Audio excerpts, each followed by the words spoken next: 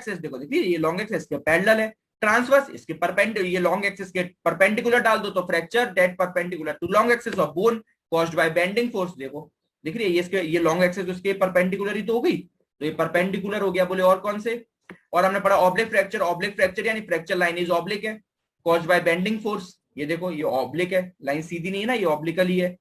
फिर अगला बोले स्पाइरल फ्रैक्चर, इसका स्पाइरल फ्रैक्चर होता है फ्रैक्चर लाइंस स्पाइरली, स्पाइरल के स्पाइरल कैसे होता है, इस तरीके से होता है स्पाइरल, इस तरीके से फ्रैक्चर हो जाए। और ये फ्रैक्चर कब होगा, जो मैंने अभी बताया ट्विस्टिंग फोर्स, बताया था ना कि एक साइड से पड़े और बोन घूम जाए, तो ये वाला फ्रैक्चर देखने को मिलता है, रोटेशनल वाला, जो रोटेशन वाला टाइप बताया था हमने, तो रोटेशन वाला टाइप आपका हो सकता है। हमने डिस्प्लेसमेंट फ्रैक्चर में 3 पढ़े थे, शिफ्ट, एंगुलेशन, रोटेशन, रोटेशन वाला एक्सप्लेन करा, तो वो स्पाइरल फ्रैक्चर कॉज कराएगा। Fracture lines run spirally in more than one plane caused by a twisting force, पता है, तो जो हम एक कोई ट्विस्टिंग फोर्स आ गया, ये देखो ये स्पाइरल इस तरीके से आपका क्या हो गया, स्पाइरल फ्रैक्चर हो गया, ये इस तरीके से हो जाए तो स्पाइरल फ्रैक्चर। बोले और कौन सा फ्रैक्चर सर, अभी 4 हो गए, बहुत पढ़ने हैं। कम्युनिकेटिंग फ्रैक्चर्स, कम्युनिकेटेड फ्रैक्चर यानी this is a fracture with multiple fragment, बहुत छोटे छोटे टुकड़े हो गए। It is caused by crushing और compression force along the long axis of the bone. देखो ये रहा आपका डायग्राम, क्या है कंप्रेशन, ये रहा,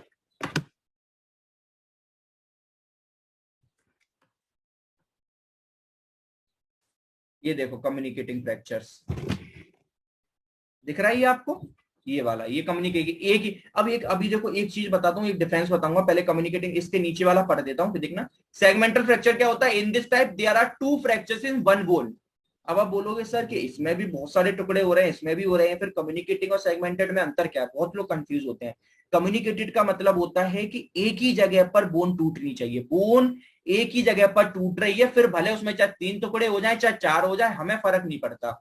ये दिख रहा है, बोन एक ही जगह पर टूट रही है, बोन आपको एक ही जगह पर, ऐसा नहीं है तो इसमें भले 1 2 3 4 4 टुकड़े हो रहे हैं, 5 हो रहे हैं, हो जान दो, अगर एक ही जगह पर टूट रही है तो उसे कम्युनिकेटेड फ्रैक्चर बोलते हैं, यानी फ्रैक्चर बोन में एक ही जगह पर है। और सेगमेंटल बोले फ्रैक्चर बोन में एक से ज्यादा जगह पर है। अब देखो भले एक फ्रैक्चर ये हो गया एक बोन में, और एक बोन में फ्रैक्चर ये हो गया 1 और 2, ये अब एक बोन में 2 3 4 जितने भी होता है उन्हें बोलते हैं सेगमेंटल।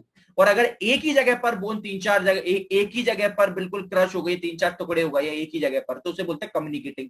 इसे समझना बहुत जरूरी होता है कि एक्सरे में आपको दिख रहा है कि एक बोन टूट गई है, एक ही जगह पर टूटी है, लेकिन वहां पर छोटे छोटे उसके क्या टुकड़े हो गए हैं, पियर छोटे छोटे पीसेस में टूट गई, तो आप कम्युनिकेटेड बोलोगे। और वहीं आपको देखिए कि एक बोन 3 4 जगह पे अलग अलग टूट गई है, तो आप फिर आप उसे बोलोगे सर ये सेगमेंटेड है।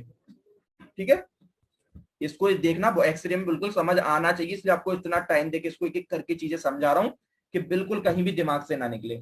In this type there are 2 fractures in one bone but at different level, ठीक है ना, ये लिखना लाइन जरूरी है, बट एट डिफरेंट लेवल, क्योंकि इसमें भी तो दो एक से ज्यादा फ्रैक्चर हो रहा है, एक दो कितने फ्रैक्चर हो गए, अगर रिलेशन के लिए इसमें दिक्कत क्या है, इसमें different fracture but at same level, level तो उसमें एक ही है ना सर, लेवल कहाँ लेवल बदल रहा है इसमें कहीं नहीं, बोले इसमें लेवल बदल गया, तो इसलिए सेगमेंटेड है। अगला होता है इंपैक्टेड फ्रैक्चर।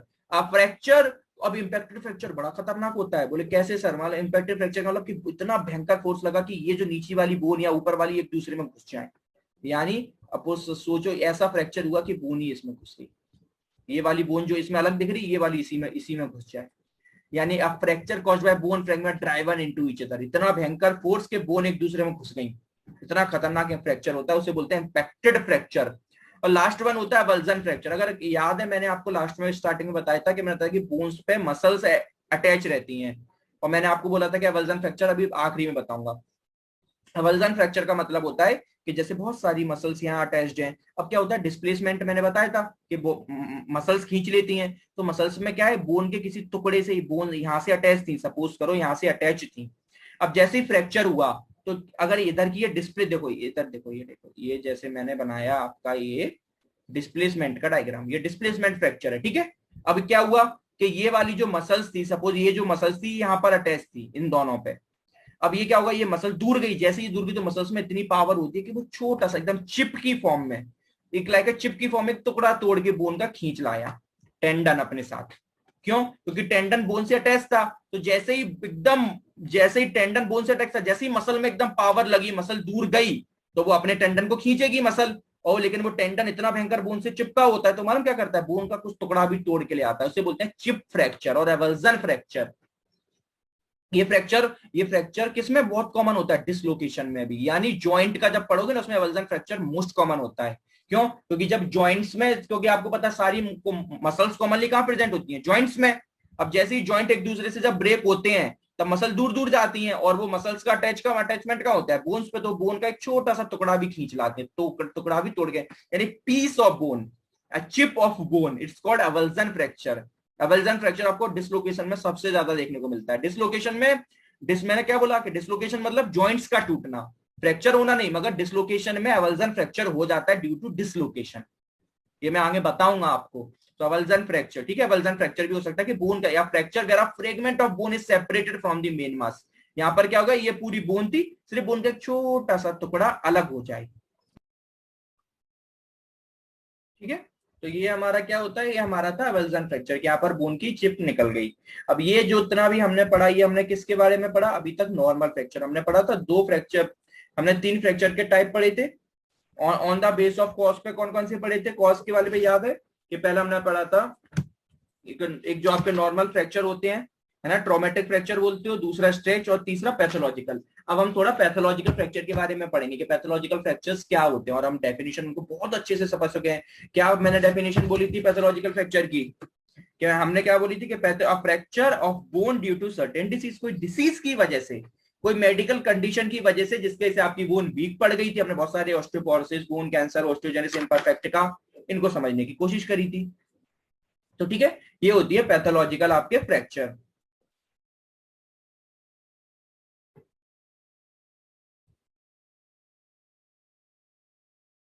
ठीक है, क्या क्या कॉजेज हो सकते हैं, सारे कॉज हम बात करें, कॉज में भी लोकलाइज्ड और जनरल, जैसे ऑस्टियोपोरोसिस, वो जनरलाइज्ड है, सारी बोन खराब होंगी। और लोकलाइज्ड बोले जैसे बोन ट्यूमर, कोई ऐसा बोन ट्यूमर जो पर्टिकुलर जिस बोन में हो रहा है तो वही बोन कमजोर पड़ेगी। ऑस्टियोपोरोसिस पूरे बॉडी में हो जाएगी, ऑस्टियोजेनेसिस इम्परफेक्टा पूरे बॉडी में हो जाएगी, है ना। तो ये लोकलाइज्ड भी हो सकता है और जनरलाइज्ड भी। ऑस्टियोपोरोसिस मोस्ट कॉमन कॉज होता है पैथोलॉजिकल फ्रैक्चर का, और सबसे ज्यादा जो अफेक्ट होती है वर्टिकल बॉडीज होती है, वो भी थोरेसिक और लंबर की कॉमनली अफेक्ट। हम बात कर चुके हैं ऑस्टियोपोरोसिस में, आपको कंप्लीटली समझा चुका हूं कि क्या होता है, ठीक है। क्या होता है कि उसमें न्यू सेल्स तो बन नहीं पा रहे हैं, पुराने सेल्स तो डेथ हो रहे हैं, मगर न्यू सेल्स नहीं बन पा रहे, तो क्या हो रहा है, बोन्स कमजोर होती चली है, पोरस होती जा रही है। अब ये आपको अच्छे से याद करना है कि क्या क्या कॉजेज होते हैं डिफरेंट एजेस पर, कि आपको पैथोलॉजिकल फ्रैक्चर हो, यानी डिसीजेस पढ़नी है। ऑस्टियोजेनेसिस इम्परफेक्टा का पूरी बताई थी, क्या बताया था कि कोलेजन फाइबर, जो आपका कोलेजन है उसका जो सिंथेसिस है वो एबनॉर्मल हो गया, ये जेनेटिक थी। और मैंने कहा था ये बच्चों में होती है मोस्ट कॉमनली, ठीक है। तो बर्थ के समय पे सबसे, देखो बिल्कुल इसकी ट्रिक है, बिल्कुल लाइन से लिखे हुए हैं, देखो एट बर्थ यानी ऑस्टियोजेनेसिस इम्परफेक्टा। अब 0 से 5 साल में ऑस्टियोजेनेसिस इम्परफेक्टा नीचे भी डाल दो, 0 से 5 साल में ऑस्टियोजेनेसिस इम्परफेक्टा डाल दो, और दूसरा लिख दो ऑस्टियोमाइलाइटिस। ऑस्टियोमाइलाइटिस नाम से जानते हो क्या, बोले कोई भी bone infection, osteo means bone, myelitis मानी इन्फ्लामेशन, यानी बोन इन्फेक्शन कॉजेज इन्फ्लामेशन, कोई भी बोन में इन्फेक्शन हो जाए वो बोन के अंदर इन्फ्लामेशन कॉज करा दे, उसे ऑस्टियोमाइलाइटिस बोलते हैं। तो ये देखो बर्थ के टाइम पे ऑस्टियोजेनेसिस इम्परफेक्टा का बहुत कॉमन होता है, 0 से 5 साल में ऑस्टियोजेन इम्परफेक्टा का और ऑस्टियोमाइलाइटिस। अभी ऑस्टियोमाइलाइटिस नीचे डाल दो, ये ट्रिक है याद करने की, जैसे यहाँ इसको नीचे डाल दिया था, पहला दूसरा अलग हो गया था ना, अब इसमें ये 5 से 20 साल में ये डाल दो। तो 5 से 20 साल में ऑस्टियोमाइलाइटिस और प्राइमरी बोन मैलिग्नेंसी यानी बोन ट्यूमर्स, ठीक है। अब मैलिग्नेंसी है, इसको नीचे डाल दो। तो प्राइमरी, अब 20 से 50 साल में मैलिग्नेंसी, ऑस्टियोमलेशिया, ऑस्टियोमलेशिया मत जानते क्या होता है, ड्यू टू डिक्रीज मिनरलाइजेशन, जो मिनरल्स होते हैं वो बोन के अभी ओल्डर एज में होता है कि प्रॉपर मिनरल्स नहीं मिल पाते हैं ना, तो उसकी वजह से कॉमन होता है। यंगर एज में जब 20 से 50 साल हमने प्रॉपर जैसे कैल्शियम, है ना, कैल्शियम और पोटेशियम, इतने सारे जो मिनरल्स हमारी बोन के लिए रिस्पॉन्सिव वाले, वो अगर हमें प्रॉपर नहीं मिल पाए, विटामिन डी की कमी हो गई, तो बोन में प्रॉपर मिनरल ना होने की वजह से आपकी बोन कमजोर हो जाएगी, उसे बोलते हैं ऑस्टियोमलेशिया। तो ये भी है ना। और giant cell tumour, giant cell tumour क्या, बोन ट्यूमर होता है। जब हम बोन ट्यूमर्स पढ़ेंगे तो उसमें पूरा एक एक ट्यूमर से जितने लिखे हैं सब पढ़ाऊंगा, ठीक है। 50 ईयर्स में हम जानते हैं क्या कॉमन होता है, ऑस्टियोपोरोसिस और मल्टीपल माइलोमा। मल्टीपल माइलोमा भी is also a bone tumour, ये डिफरेंट डिफरेंट टाइप के बोन ट्यूमर्स होते हैं जिनको आप पढ़ोगे, बहुत इंपॉर्टेंट चैप्टर है, वो भी एग्जाम में मोस्ट कॉमन आता है। तो बर्थ में ऑस्टियोजेनेसिस इम्परफेक्टा, 0 से 5 ईयर्स में osteogenesis imperfecta with osteomyelitis, 5 to 20 में ऑस्टियोमाइलाइटिस और मैलिग्नेंसी, प्राइमरी बोन मैलिग्नेंसी, 20 से 50 साल में मैलिग्नेंसी, ऑस्टियोमलेशिया और जाइंट सेल ट्यूमर। और 50 साल के बाद ऑस्टियोपोरोसिस और मल्टीपल माइलोमा, ये रीजन हो जाते हैं जनरली एज वाइज की, जिनकी वजह से आपको पैथोलॉजिकल फ्रैक्चर हो सकते हैं। अब कुछ और पढ़ लेते हैं कि जो कुछ लोकलाइज्ड डिसीज जो सिर्फ उसी बोन को अफेक्ट करती हैं, क्या हो सकती हैं। तो causes of pathological fracture localised के बेस पर कि पर्टिकुलर वही डिसीज, बोले क्या हो सकता है, इन्फ्लामेटरी यानी क्या, बोन इन्फेक्शन, कोई ऑस्टियोमाइलाइटिस पड़ गया है ना कि पर्टिकुलर जिस जिस बोन में इन्फेक्शन हो गया तो वही बोन तो होगी। पायोजेनिक ऑस्टियोमाइलाइटिस का मतलब क्या होता है, पायोजेनिक यानी पस forming infection cause inflammation of bone.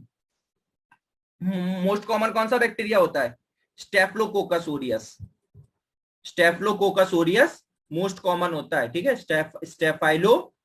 Staphylococcus Orius ये मोस्ट कॉमन बैक्टीरिया होता है जो पायोजेनिक ऑस्टियोमाइलाइटिस करा देता है, ठीक है। ये बैक्टीरिया क्या है, बोन में चला जाएगा, फर्स्ट ईयर एनाट में पढ़ के आए होंगे, हेयर बैंड लाइक स्ट्रक्चर हो जाता है, बैक्टीरिया बोन के अंदर एंट्रैप्ट हो जाता है तो प्रॉपर ब्लड सप्लाई नहीं हो पाती, तो फिर इन्फेक्शन की वजह से वहां पस बनने लग जाता है। ये सब पढ़ के आए थे फर्स्ट ईयर में पूरा बोन के अंदर, तो वही फर्स्ट ईयर एनाट में, तो वही क्या पायोजेनिक ऑस्टियोमाइलाइटिस कॉमन कॉज करा देता है। सेकंड ट्यूबरकुलर ऑस्टियोमाइलाइटिस, ये थोड़ा रेयर टाइप का बोन इन्फेक्शन होता है दोनों ऑस्टियोमाइलाइटिस यानी बोन इन्फेक्शन है, ठीक है। दो ही रीजन हो सकते हैं, या तो इन्फेक्शन या क्या कैंसर, न्यूप्लास्टिक यानी क्या ट्यूमर, बिनाइन ट्यूमर हो सकता है। अब बिनाइन मैलिग्नेंट ट्यूमर का तो अंतर आप जानते ही हो सारे कैंसर, तो बिनाइन ट्यूमर में जाइंट सेल ट्यूमर, और मैलिग्नेंट कौन सा जो फैलने वाला ट्यूमर है। और मैलिग्नेंट के भी अंदर दो आते हैं, प्राइमरी में ऑस्टियोसार्कोमा, सेकेंडरी में मेल के अंदर लंग का कैंसर है वो बोन में फैल सकता है, प्रोस्टेट ग्लैंड का कैंसर वो बोन तक फैल सकता है, फीमेल्स में ब्रेस्ट का कैंसर, जेनाइटल रीजन का कैंसर ये आपकी बोन तक ट्रेवल कर सकता है। अब आप बोलोगे सर ये प्रोस्टेट का, लंग का, ब्रेस्ट का, जेनाइटल का फीमेल में ये बोन तक कैसे पहुंच रहे, क्योंकि ये मैलिग्नेंट है, ये फैलेंगे, ये फैल के बोन तक पहुंच जाते हैं। और बेनाइन ट्यूमर क्या, ये पर्टिकुलर जाइंट सेल ट्यूमर, ये बोन का ही ट्यूमर होना चाहिए क्योंकि बेनाइन है, ये कहीं से फैल के नहीं आएगा। मगर मैलिग्नेंट तो कहीं और होगा, वो फैल के बोन तक आ जाएगा क्योंकि वो स्प्रेड कर जाएगा, इसको बोलते हैं मैलिग्नेंट ट्यूमर। कुछ डिसीजेस होती हैं जनरलाइज डिसीज, जैसे अभी अपन ने पढ़ के आए थे हेरिडिटी में ऑस्टियोजेनेसिस इम्परफेक्टा बताई थी मैंने, तो जैसे ये क्या बच्चों में होती है, जैसे ऑस्टियोजेनेसिस इम्परफेक्टा, ऑस्टियोपेट्रोसिस, ये क्या होती है, इसमें bone disease that make abnormally क्या, आपकी जो बोन है वो एबनॉर्मली डेंस कर देती है। डेंस का मतलब समझते देखो कितना करता है, इसमें ना जो आपकी बोन होती है ना इसका एबनॉर्मली साइज बढ़ता चला जाता है। अब आप बोलोगे सर साइज बढ़ रहा है तो बोन मजबूत होनी चाहिए, फ्लेक्सिबिलिटी खत्म हो जाती है। कोई भी है बॉडी में कोई भी स्ट्रक्चर कम हो या ज्यादा हो उसको खराब कर रहा है। तो ऑस्टियोपेट्रोसिस में ऐसा होता है कि एबनॉर्मल बोन बहुत ज्यादा डेंस होने लग जाती है, बहुत मोटी होने लग जाती है, उसकी वजह से मालूम क्या होता है कि बोन की फ्लेक्सिबिलिटी खत्म हो गई। अब आप थोड़ा भी कुछ मूवमेंट करोगे तो बोन इजिली ब्रेक हो जाएगी। तो ना कम होना चाहिए ना ज्यादा, इम्परफेक्टिका में क्या हो रहा था, कम हो रही थी, क्यों, कोलेजन का प्रॉपर सिंथेसिस नहीं हो रहा, और ऑस्टियोपेट्रोसिस में ज्यादा हो रही है, बोन ज्यादा डेंस हो रही है, तो दोनों में बोन टूट सकती है। एक्वार्ड में हेरिडिटी मतलब क्या, जो हमें मिली है, और एक्वार्ड जो हमने डिसीज खुद कर ली है। हेरिडिटी मतलब क्या, जो हमें माँ बाप से मिली, एक्वार्ड जो डिसीज हमने खुद करी क्या होती है, जैसे ऑस्टियोपोरोसिस पूरा एक्सप्लेन कर चुका हूं, है ना, ऑस्टियोमलेशिया अभी पूरा बताया कि मिनरल की कमी, रिकेट्स स्कर्वी, रिकेट्स स्टेबिलिटी तो बचपन वो क्या बोलते हैं बच्चों में होती है, क्या होती है रिकेट्स, विटामिन डी की डिफिशियंसी की वजह से बोन कमजोर हो जाती है ना। बच्चों में रिकेट्स बोलते हैं और बड़ों में क्या बोलते हैं, ऑस्टियोमलेशिया। ऑस्टियोमलेशिया ही बड़ों में, दोनों एक ही डिसीज है। अगर बच्चों में होती है ना तो उसे बोलते हैं, अगर यही आपको 20 साल के बाद होगी और तो आप बोलते हो ऑस्टियोमलेशिया, 20 साल से पहले होती है तो आप बोलते, जनरली जो 10 साल से नीचे के बच्चों की होती है ना, 10 ईयर से नीचे, अगर उनकी बोन कमजोर हो जाती है due to deficiency of minerals, vitamin D, calcium इनके, तो आप बोलते हो अरे इसको रिकेट्स और स्कर्वी है। और वहीं जब 20 साल के ऊपर हो गए, थोड़े यंगर एज में पहुंच गए, और फिर अगर आपको प्रॉब्लम आ रही है तो आप उसे बोलते हो ऑस्टियोमलेशिया। एक ही डिसीज के दो नाम होते हैं अलग अलग, बस कोई अंतर नहीं होता, सेम डिसीज है। मिसलेनियस में पढ़ोगे पैगेट डिसीज, ये पैगेट डिसीज हम बहुत डीप में पढ़ेंगे, मैं आपको फिर भी एक बार इसका जनरल आइडिया दे देता हूँ। अच्छा याद है अभी मैंने आपको स्टार्टिंग में बहुत प्यारी चीज बताई थी कि क्या मैंने बताई थी कि ये न्यू बोन होती है, ये ओल्ड बोन है। क्या मैंने बोला कि एक न्यू का सेल बनता है तो एक ओल्ड का सेल डेथ मर रहा है। अगर एक मिनट में एक न्यू का सेल बन रहा है तो एक मिनट में एक ओल्ड का सेल ही मरना चाहिए, इनमें कोई डिफरेंशिएट नहीं होना चाहिए। ऑस्टियोपोरोसिस में क्या हो रहा था कि सर समय पे सारी चीजें मर तो रही थी मगर बन नहीं पा रही थी, इसलिए क्या बोन कैसी हो रही थी, पोरोसिस, इसमें सेल्स निकल तो रहे हैं मगर आ नहीं पा रहे। ये था ऑस्टियोपोर, इसका जस्ट उल्टा कर दो पैगेट डिसीज में। बोले पैगेट डिसीज में क्या होता है कि new bone tissue generally replace old bone tissue. इसमें क्या हो रहा है कि ओल्ड बोन है ना जो वाले, ये आने, अगर दो जा रहे हैं तो दो आने चाहिए, मगर इसमें क्या हो रहा है कि दो जा रहे हैं लेकिन आ चार रहे हैं, तो बोले सर तो उसमें बुरा क्या है कि अगर मैंने बोला ना कि कोई भी चीज कम या ज्यादा नहीं होना चाहिए, कि मतलब सपोज अगर एक मर रहा है तो उसमें 8 दो रहे हैं, नए आ गए। तो ऑस्टियोपोरोसिस में उल्टा था, ऑस्टियोपोरोसिस में क्या था कि अगर एक मर रहा था, अगर सपोज ऑस्टियोपोरोसिस में दो मर रहे थे तो एक आ रहा था, इसमें इसका उल्टा कर दिया। वो उल्टा करके क्या कर दिया, बोले सर अगर एक मर रहा है तो दो आ रहे हैं, नए ज्यादा आ रहे हैं, मर कम रहा है, तो उससे क्या होगा। बोले ये हर सेल्स की एक अपनी लाइफ स्पैन होती है, वो जैसे ही आते हैं वो बहुत वीक होते हैं, फ्रेजाइल होते हैं, फ्रेजाइल होते हैं। जब वो क्या मालूम क्या करते हैं, अब वो आएंगे तो वो कुछ ना कुछ तो करेंगे, ऐसा तो है नहीं अब उनके लिए वो सेल्स के लिए स्पेशल जगह तो है नहीं। तो बोले क्या करेंगे सर, जैसे सपोज एक मर रहा है दो नए आ रहे हैं, तो अब ये दो दूसरा वाला जाएगा कहाँ, इसके लिए जगह कहाँ, तो मालूम क्या करेगा, ये जो दूसरा पुराना वाला ना इसको धक्का देगा, बोले तुम निकलो चलो, तुम्हारा भला है, हमें पूरा नहीं हुआ मरने का, हमें कोई मतलब नहीं, आप बाहर निकलिए क्योंकि हमें बैठना है। तो ये आके बैठ जाएगा। तो जो पुराने वाले ओल्ड सेल्स होते हैं ना, उनकी जगह न्यू सेल्स आके बैठना स्टार्ट हो जाते हैं। और आप जानते हैं जब भी कोई चीज नई नई होती है तो वो फ्रेजाइल होती है, वो इजीली ब्रेकेबल होती है। क्यों, इनको टाइम पीरियड लगता है अपनी उस पोटेंशियल में आने के लिए। तो ये बोन कैसी हो जाती है, बच्चों जैसी न्यूली फ्रेजाइल बोन हो जाती है, कि बच्चों में क्या होता है नई नई बोन बनी होती है, तो इजिली प्रोन भी होती है टूटने के लिए। ऐसे इन लोगों में क्या हो जाती है, बहुत टूटने के लिए प्रोन हो जाती है। इसे बोलते हैं पैगेट डिसीज। इसको बाद में डीप में पढ़ोगे, अभी सिर्फ मैंने आपको एक जनरल आइडिया दे दिया है कि पैगेट डिसीज ये होती है इसमें, क्या ठीक है। और मेन इसलिए मैंने आपको समझाया कि ऑस्टियोपोरोसिस और पैगेट डिसीज में बिल्कुल एक दूसरे का उल्टा होता है। पोरोसिस में क्या हो रहा है कि नए वाले सेल्स कम बन रहे हैं, और पैगेट में नए वाले सेल कुछ ज्यादा ही बन रहे हैं। और नए वाले का सेल ज्यादा बनेंगे तो क्या होगा, तो पुराने वाले को हटाएंगे, और नए नए तो फ्रेजाइल। और ऑस्टियोपोरोसिस में क्या हो रहा था कि नए वाले बन तो रहे हैं, नए वाले कम बन रहे हैं, तो क्या हो रहा है कि पुराने वाले तो निकल जाएंगे वो मर के जगह, लेकिन जगह खाली रह जाएगी, वहां कौन बैठेगा, तो वहां पोरोसिस यानी पोर्स बनना स्टार्ट हो जाएंगे।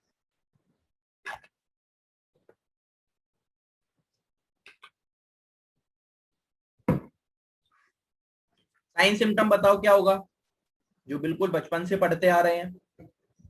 पेन होगा, दर्द होगा, ब्लीडिंग, अगर बाहर हो गया तो खून भी निकल सकता है, स्वेलिंग दिखेगी, टेंडरनेस, टेंडरनेस का मतलब क्या होता है, अगर आप टच भी करोगे तो उसको बहुत तेज पेन फील होगा, बिल्कुल होगा। ब्रूशिंग और डिस्कलर्ड स्किन, स्किन वहां कैसी हो जाएगी, डिस्कलर्ड हो जाएगी। क्यों हो जाएगी, क्योंकि वहां की जो आर्टरीज आसपास सप्लाई करती हैं वो भी तो रप्चर हो जाएंगी फ्रैक्चर की वजह से।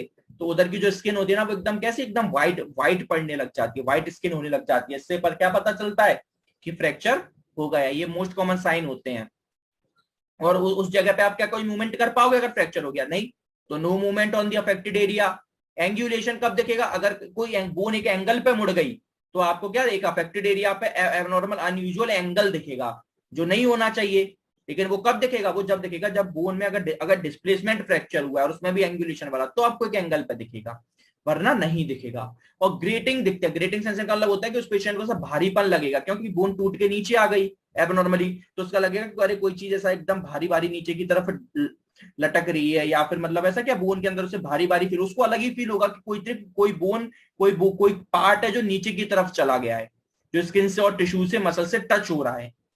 जिसे बोलते हैं grating sensation on the affected bone और जॉइंट। ठीक है, तो ये साइन सिम्टम्स देखने को मिलते हैं आपको मोस्ट कॉमनली फ्रैक्चर्स में।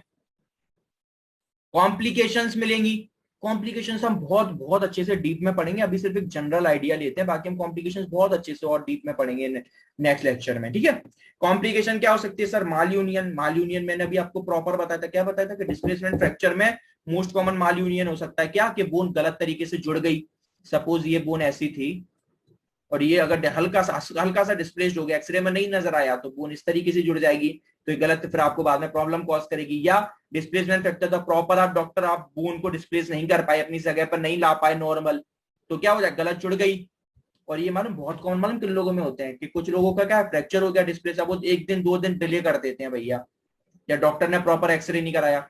इसलिए हमेशा एक्सरे फ्रैक्चर से पहले, हील करने से पहले और तुरंत, जैसे ही आपने हील करा उसके तुरंत बाद ही फिर एक एक्सरे कराया जाता है कि आपने जो कराया है वो ठीक है कि नहीं। वरना आपने बहुत कॉमन सुना होगा, अरे उनकी गलत हड्डी जुड़ गई तो फिर से तोड़नी पड़ी, फिर दोबारा करानी पड़ी।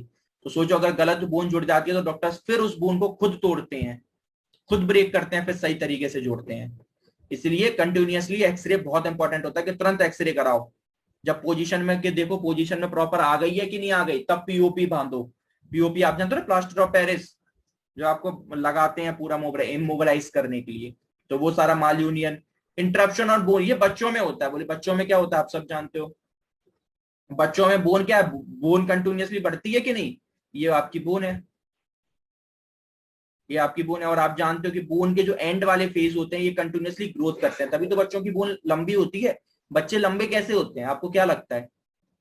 आपको जो इतनी सारी चीजें मार्केट में खिलाते हो ना कि भैया कॉम्प्लान बच्चों की नहीं, जैसे 18 ये बोन शायद डेवलप होती है 15 से 16 साल तक मैक्सिमम, समझ लो 17-18। फिर उसके बाद देखते हो ना कि टीवी में ऐड देखते हो, ये पाउडर खा लो, ये कर लो, वो कर लो, लंबे हो जाओगे। एक बात याद रखना, एक बार आपकी 16-17 एज क्रॉस हो गई, अब दुनिया भर की ताकत लगा देना, आप लंबे नहीं हो पाओगे, नहीं हो पाओगे, चाहे कितना जिम कर लेना, कुछ भी कर लेना। एक बार एज आपकी क्रॉस हो गई बोन ग्रोथ की, और वो जनरली मेल्स में होती है नियर अबाउट क्या बोलते हैं 14 to 15, और आजकल तो कम ही हो गई है। और फीमेल्स में तो क्या होती है 14-15, और मेल्स में 16-17 इतनी होती है।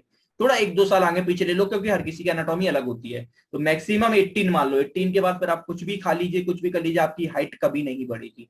क्यों? क्योंकि हाइट आपकी बढ़ती है बोन की ग्रोथ की वजह से। जब ये बोन लंबी होती है ना, बच्चों में क्या बोन छोटी है, तो अब ये बोन जब लंबी होगी तो उससे आप लंबे होते हैं। और जब एक बार बोन की ग्रोथ रुक गई फिर आप कुछ कर लीजिए, आप लंबे नहीं हो पाएंगे। अब बोन बच्चों में ग्रोथ कैसे होती है, क्या होता है कि बोन के जो एंड्स वाले पार्ट होते हैं ना, ये कंटिन्यूअसली ग्रोथ करते हैं, ये अपनी हाइट में बढ़ते हैं, तब आपकी बोन लंबी होती है। अगर बच्चों में सपोज करो इस वाले पार्ट में अगर फ्रैक्चर हो जाए तो ये बहुत ज्यादा प्रोन होता है कि बच्चों की बोन जो उस जिस बोन में हुआ ना उसकी ग्रोथ ही रुक जाए, नॉर्मल डेवलपमेंट ही ना हो पाए। क्यों? क्योंकि भैया ये पार्ट में फ्रैक्चर हो गया तो ये वाला पार्ट क्या है, मे भी खराब हो सकता है, डैमेज हो सकता है। यहाँ तो इसको बोलते हैं interruption of bone growth. If during childhood bone fracture affect both end of bone, क्योंकि जो बोन के एंड वाले पार्ट होते हैं वही क्या करते हैं, ग्रोथ करते हैं। तो bone fracture affect both end of bone, there is a risk that the normal development of the bone may be affected, raising the risk of a substitute deformity। वो क्या आपकी एक डिफॉर्मिटी कॉज करा देगी कि पर्टिकुलर जिस bone में हुआ है उसने ग्रोथ ही नहीं करी। तो ये सारी क्या, ये बच्चों में कॉमन है। दूसरा क्या, आप सब जानते हो आपकी जितनी भी लॉन्ग बोन्स हैं सबके अंदर क्या होता है, सबके अंदर होता है बोन मैरो। होता है कि नहीं होता है बोन मैरो? सबके अंदर क्या होता है, बोन मैरो। उनके अंदर क्या डब्ल्यूबीसी बन रहे होते हैं, सारी जितनी भी लॉन्ग बोन के अंदर हमारा बोन मैरो रखा होता है। तो अगर आप सोचो कि अगर बोन का वो वाला पार्ट फ्रैक्चर हो गया जिसकी वजह से आपका बोन मैरो अगर अफेक्ट हो गया, तो उसके अंदर कोई भी इन्फेक्शन कॉज हो सकता है और वो आपकी बोन मैरो को खराब कर सकता है, और वो आपके ब्लड सेल्स बनाता है बोन मैरो। तो कितना खराब हालत होने वाली है।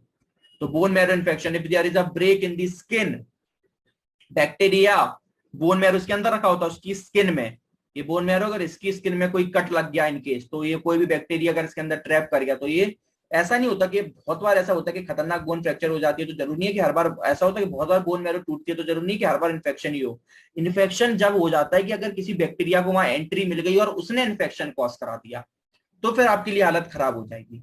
ठीक है, तो if there is a break in the skin, bacteria can get in and infect the bone or bone marrow which may lead to osteomyelitis। और ये हम पढ़ के आए थे, osteomyelitis पता था, बोन इन्फेक्शन, उसी को हम osteomyelitis बोलते हैं। यही आपकी बोन में इन्फेक्शन कॉज करा सकती है।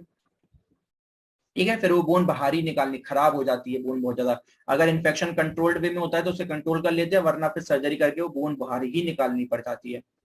और क्या हो सकता है, बोले सर बोन डेथ हो सकती है। बोन डेथ क्या, कि हम जानते हैं हर बॉडी का कोई भी पार्ट हो सबको ब्लड चाहिए अपने किसके लिए, ग्रोथ के लिए। तो बोन से बोन को, हर बोन को एक आर्टरी सप्लाई करती है न्यूट्रिशेंट और ऑक्सीजन वगैरह। अगर फ्रैक्चर ऐसा हो गया इनकेस और वो आर्टरी ही टूट गई, सपोज आर्टरी टूट गई, तो क्या होगा कि अब वो वाली बोन क्या से हो जाएगी, डेथ हो जाएगी, मर जाएगी। क्यों? क्योंकि उसमें अब कोई ब्लड सप्लाई और ऑक्सीजन सप्लाई नहीं हो पा रही।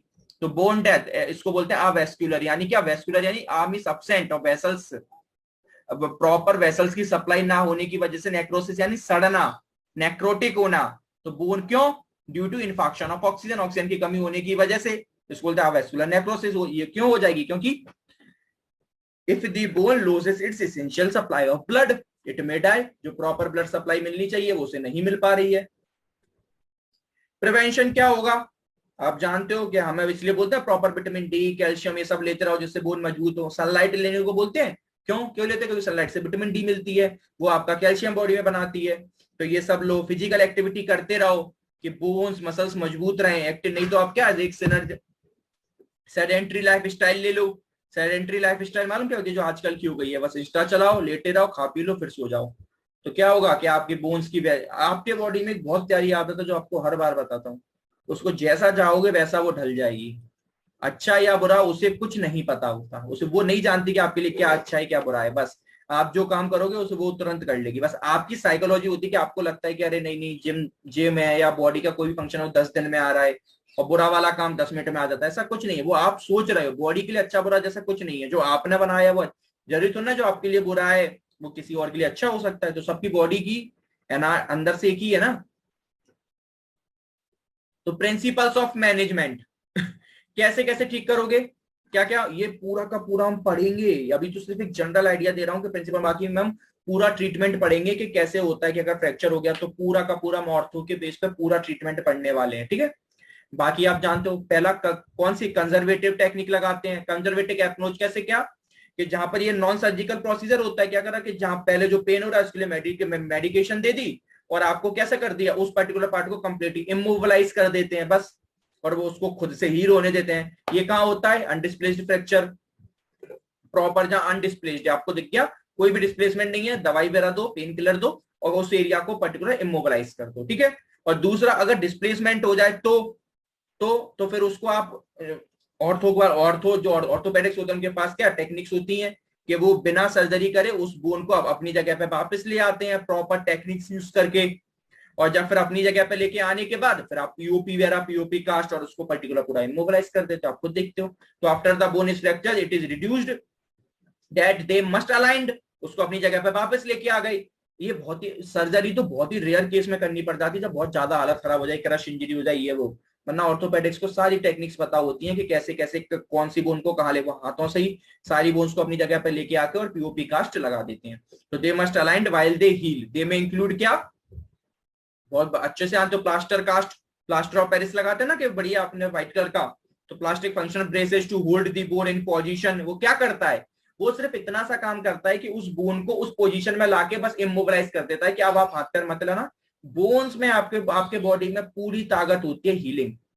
आपके बॉडी को किसी भी बाहर की चीज की जरूरत नहीं होती हीलिंग के लिए, मगर कब तक, जब तक वो कोई हद से बाहर ना हो जाए कि बोन अब बॉडी उसके बाद नहीं कर पाएगी, तब आपको बाहर से जरूरत पड़ती है। तो बोन का प्रॉपर पोजीशन, क्योंकि हमने बोला क्योंकि बोन कंटिन्यूअसली टूट रही है, कंटिन्यूअसली बन रही है। मैं आपको स्टेजेस ऑफ हीलिंग बताऊंगा कि बोन कैसे जब आप इमोबिलाइज कर देते हो ना तो बोन कैसे अंदर अंदर हील होती है। वो स्टेज ऑफ हीलिंग हम चैप्टर पढ़ेंगे पूरा, उसमें पूरा अलग अलग 5 स्टेजेस होती है। मैं आपको प्रॉपर 5 स्टेज समझाऊंगा, जैसे stage of hematoma, stage of granulation tissue, stage of callus और stages of remodelling and modelling. ऐसी 5 स्टेजेस आपको प्रॉपर समझाऊंगा कि उसके अंदर कैसे होती हैं। यहाँ तो सिर्फ कुछ मेटल प्लेट और स्क्रू भी लगाने पड़ जाते हैं। मेटल प्लेट स्क्रू कब लगाते हो, जब आपने देख लिया कि सपोज ये मेरी बोन है, अब क्या हो गया, ये हमें मालूम है, भले हम इसको अपनी जगह पे, ये अब क्या हुआ, ये बोन ऐसे टूट गई थी, भले हम इसकी अपनी जगह पे से वापस लेके आ गए, अगर हमने मेटल और स्क्रू नहीं लगाया तो ये फिर चली जाएगी क्योंकि मसल वसल खींच लेगी। तो फिर हम क्या करते हैं कि देख लेते हैं कि अगर ऐसी कंडीशन है कि वापस अपनी जगह पे चली जाएगी, तो पहले हम उसे अपनी जगह पे लेके फिर हम क्या करते हैं, ऐसी एक मेटल ली, मेटल की प्लेट लेते हैं। आपने देखा होगा बहुत लोगों मेटल, ये पूरा भी मैं इसको आगे चल के पूरा पढ़ाऊंगा ये सब, अभी तो सिर्फ एक जनरल आइडिया दे रहा हूँ क्योंकि आज बेसिक है। बाकी इसके अंदर 90% सिलेबस का एक एक चैप्टर है खुद में। क्या करेंगे, ये मेटल की प्लेट लगा देते हैं यहाँ से और इसमें स्क्रूज कस देते हैं, तो क्या करेगा, ये प्रॉपर इसको बोन को पकड़ के रखा रहता है, ठीक है। मेटल पे इंट्रामेडुलरी नेल क्या होता है, ये पूरा भी बाद में डीप। इंट्रामेडुलरी नेल हम जनरली कब लगाते हैं, जब ये सब जो बड़ी बड़ी बोन्स होती है, लार्ज बोन, और उसमें बहुत 3-4 फ्रैक्चर हो गए एक साथ, तो क्या करते हैं, बीच में एक स्क्रू डाल देते हैं बहुत बड़ा, इसको बोलते हैं इंट्रामेडुलरी नेल। बीच में ऐसा स्क्रू डालते हैं, वो पूरी बोन को चारों तरफ से पकड़ा रहता है, इसको बोलते हैं इंट्रामेडुलरी नेल। और कुछ एक्सटर्नल फिक्सेटर्स आपने देखा होगा कि बाहर से स्क्रूज डाल देते हैं और वो बाहर, उनको बोलते हैं एक्सटर्नल फिक्सेटर्स, ठीक है। पेन मैनेजमेंट कैसे करोगे, pain killer, ibuprofen, diclofenac, physiotherapy. और सर्जिकल अप्रोच तो बहुत आखिरी का, जब बहुत ज्यादा बोन टूट गई तो बोन ग्राफ्टिंग, बोन ग्राफ्टिंग, यहाँ पर बोन क्या करना पड़ता है, ग्राफ्ट, दूसरी बोन लगानी पड़ जाती है उसकी जगह पे। क्यों, इतने ज्यादा उसके टुकड़े हो गए हैं कि वो बोन तो अब दोबारा जुड़ नहीं पाएगी। तो bone grafting is a surgical procedure that replace missing bone in order to repair bone fracture that are extremely complex। ये जब वहां यूज करा जाता है जहां हमें पता है कि भैया अब यहाँ पर ये वाला पार्ट दोबारा हील नहीं हो पाएगा क्योंकि बहुत भयंकर क्रश इंजरी हो गई है, बहुत टुकड़ों में टूट गई है। जैसे कॉम्प्लिकेटेड पढ़ के आए थे ना, कम अपने सेगमेंटेड एक बोन में 3-4 टुकड़े हो गए हो, या कौन से पढ़ के आए थे, कौन सा कम्युनिकेटेड पढ़ के आए थे, उसमें एक ही जगह पर बहुत सारे टुकड़े हो गए हो, तो वहां पर फिर आपका सर्जिकल अप्रोच आपको लगाना पड़ जाता है, ठीक है। ये था हमारा that's all about for fractures, basic of fracture अगर मैं बोलूं, ठीक है।